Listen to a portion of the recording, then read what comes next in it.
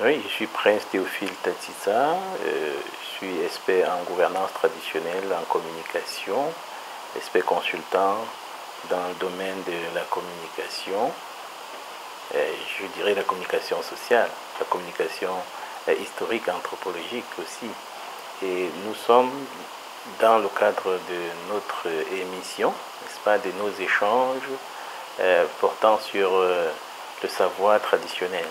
On est donc à l'école du village.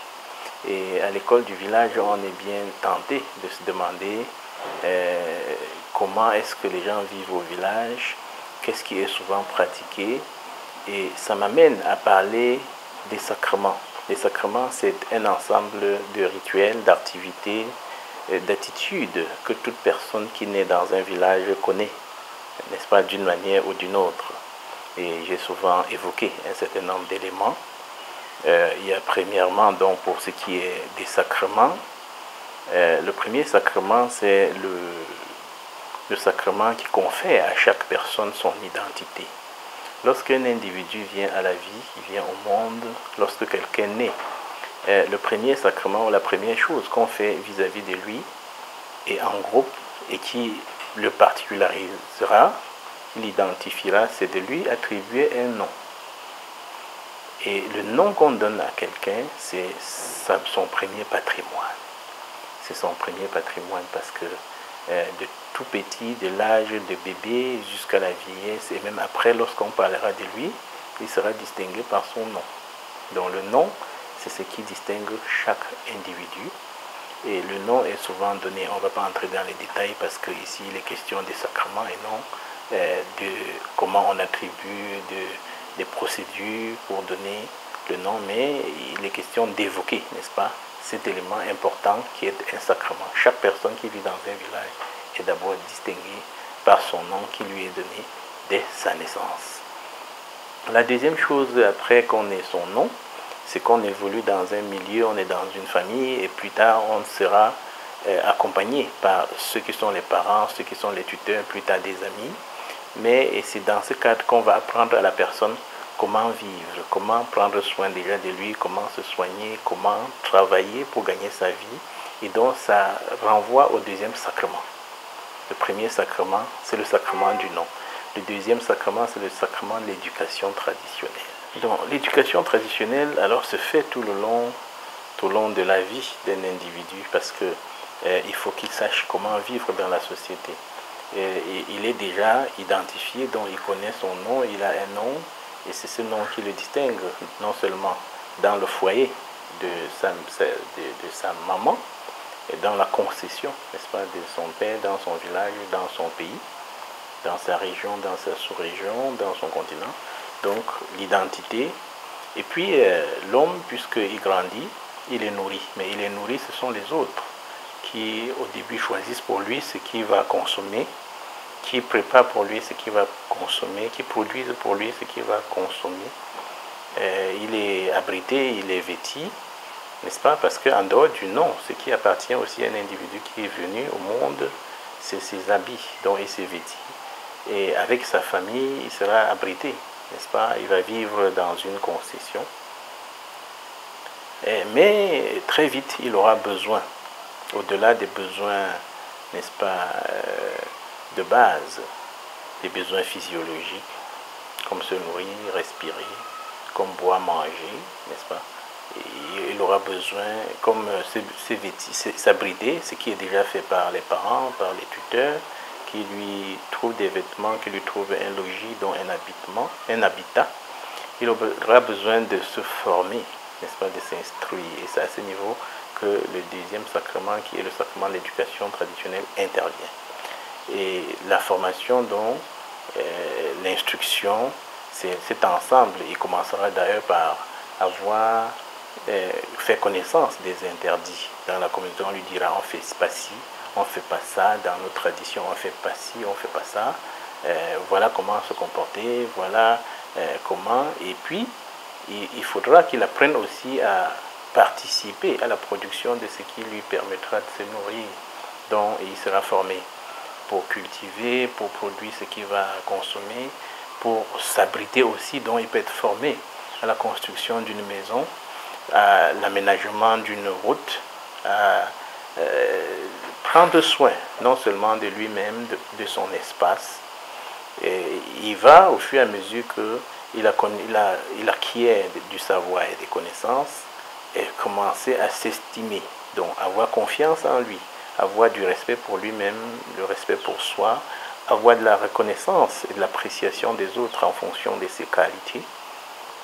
Il a besoin de se sentir accompagné, parce que l'être humain, c'est un être essentiellement social.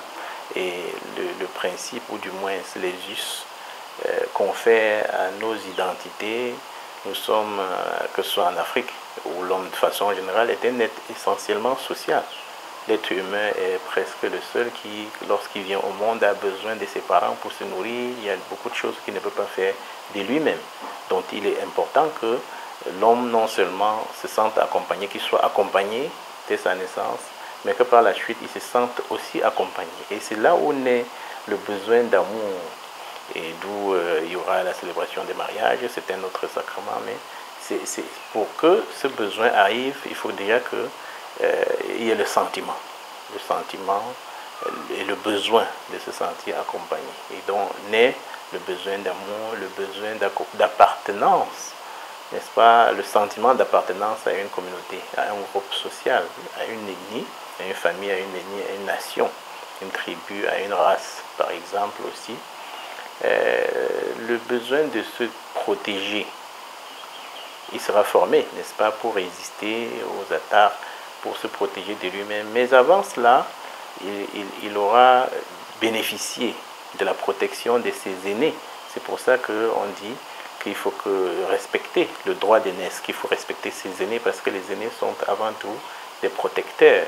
Donc l'enfant apprendra, n'est-ce pas, à se protéger lui-même après avoir été protégé. Et ensuite, puisqu'il est éduqué, il va apprendre à se réaliser. Il va apprendre à se réaliser, il va apprendre à se projeter, donc à construire son avenir, son devenir. Et puis, il va devoir apprendre à se reproduire, donc à avoir des gens qui viennent de lui. Et c'est à ce moment qu'on va toucher un autre sacrement. Donc avant le sacrement de se reproduire, parce que pour se reproduire, il faut se marier, n'est-ce pas? Avant cela, il faut avoir construit son propre siège. Il faut avoir un lieu où il va s'établir. Il faut s'établir, le besoin de s'établir. Et le besoin de s'établir donc renvoie à un troisième sacrement. Le premier étant, s'il faut le rappeler, le premier sacrement, c'est le sacrement du nom. Le deuxième, c'est celui de l'éducation traditionnelle qui dure tout le long de la vie. Et le troisième, c'est le sacrement de la concession. Le sacrement de la concession, un peu comme on parlait de la maison, de la concession consiste à céder une part, n'est-ce pas, de l'espace familial à une personne qui va s'établir et qui, en s'établissant, aura besoin, n'est-ce pas, d'une personne, d'une compagne ou des compagnes, n'est-ce pas, pour s'établir, mais d'une compagne à la fois. Donc, le besoin de la concession, c'est le procédé au cours duquel le parent, n'est-ce pas, cède à son garçon masculin, n'est-ce pas, un espace où on lui confie un nouveau logis, où il y aura la création d'une nouvelle concession, donc par concession, par division, par cession, n'est-ce pas, du bien familial. On cède une partie à l'autre enfant qui va donc s'établir pour créer sa maison. Et puis, dans le cadre du fondement de cette maison, l'enfant aura bénéficié de l'aide de ses amis, ceux avec qui il aura passé son parcours, son cursus de l'éducation traditionnelle, puisque c'est au cours de l'éducation traditionnelle qu'il aura connu les clans d'âge, il aura connu les rites de passage qui meublent, n'est-ce pas, l'éducation traditionnelle. Il aura développé les relations avec un certain nombre d'amis, y compris des amitiés de famille. Et donc, avec la concession, il est établi. Avec la concession, il est appelé à se construire. Il est appelé à se construire avec l'aide de ses amis. C'est pour ça que dans le cas de l'éducation traditionnelle aussi, on apprend aux enfants le troc, les échanges, les cotisations, n'est-ce pas, qui peuvent être des groupes d'entraide, des associations ou des confréries d'entraide. Les amis vont aider le nouveau jeune homme qui a acquis un espace à se construire Et donc, et le sacrement d'après, ce sera le sacrement d'alliance.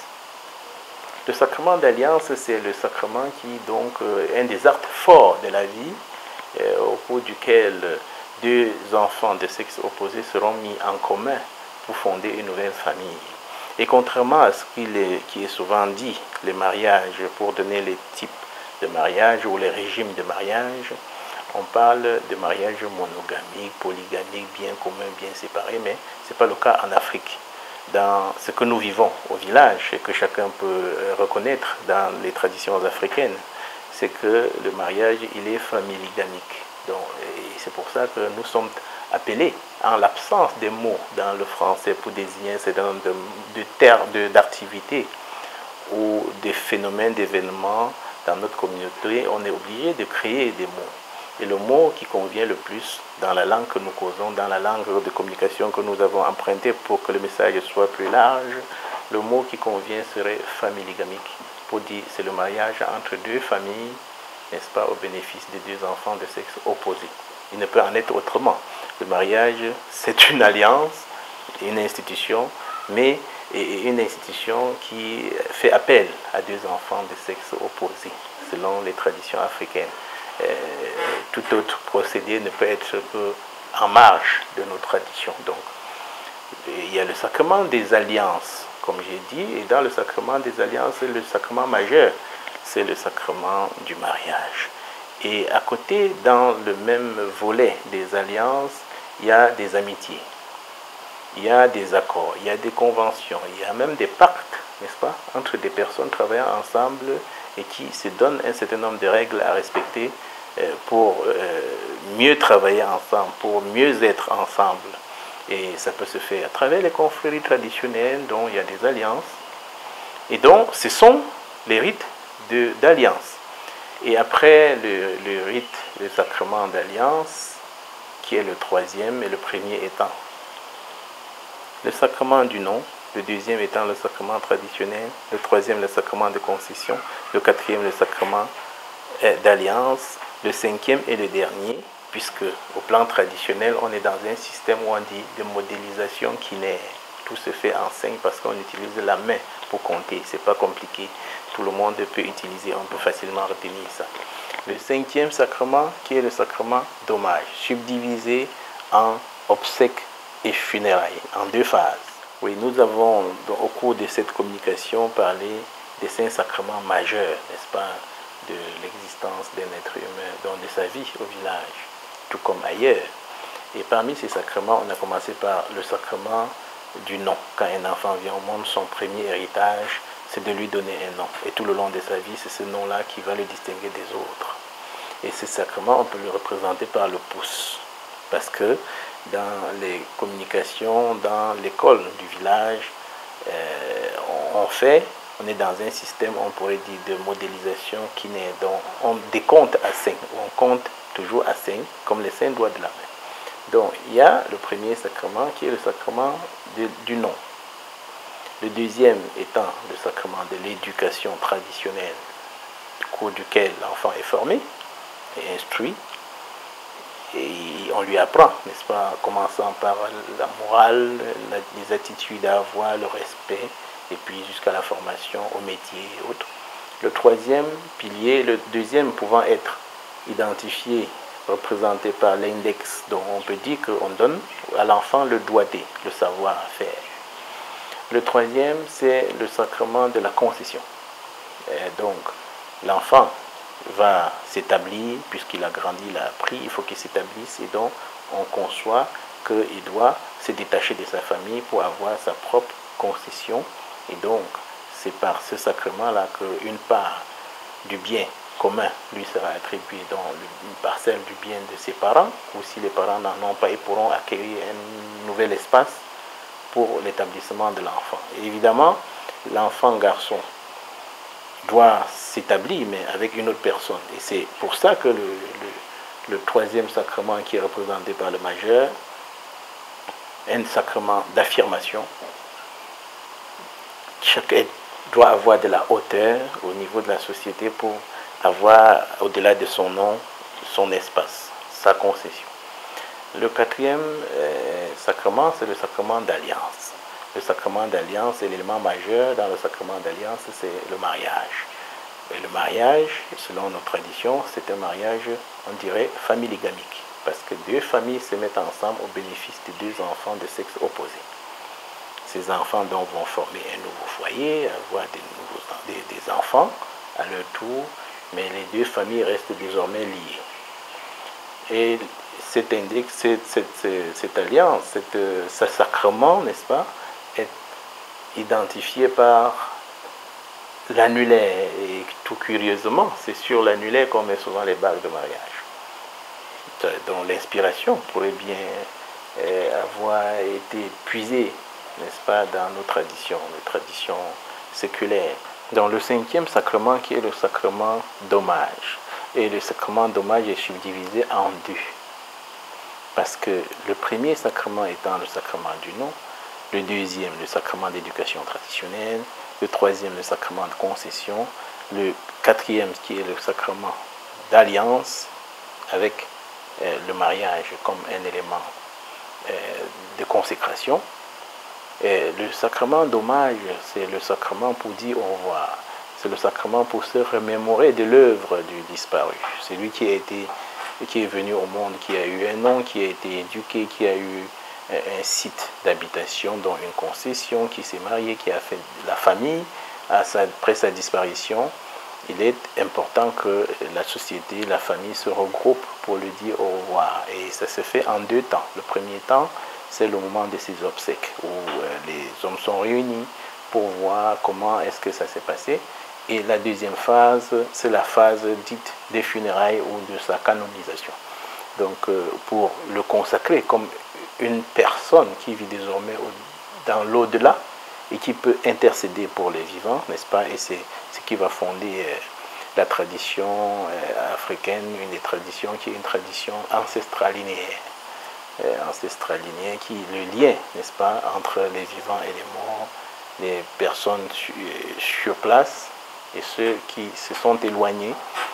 Et c'est à travers, n'est-ce pas, les rites, c'est le sacrement d'hommage, n'est-ce pas, qui confère, qui titularise la personne, qui confère un statut particulier à celui qui est disparu, qui devient un être auprès de qui on peut faire recours, qui devient un nom du passé, mais aussi un nom présent dans l'au-delà, un nom qu'on peut consulter, qu'on peut convoquer, qu'on peut prier. C'est à travers ce sacrement, le sacrement d'hommage.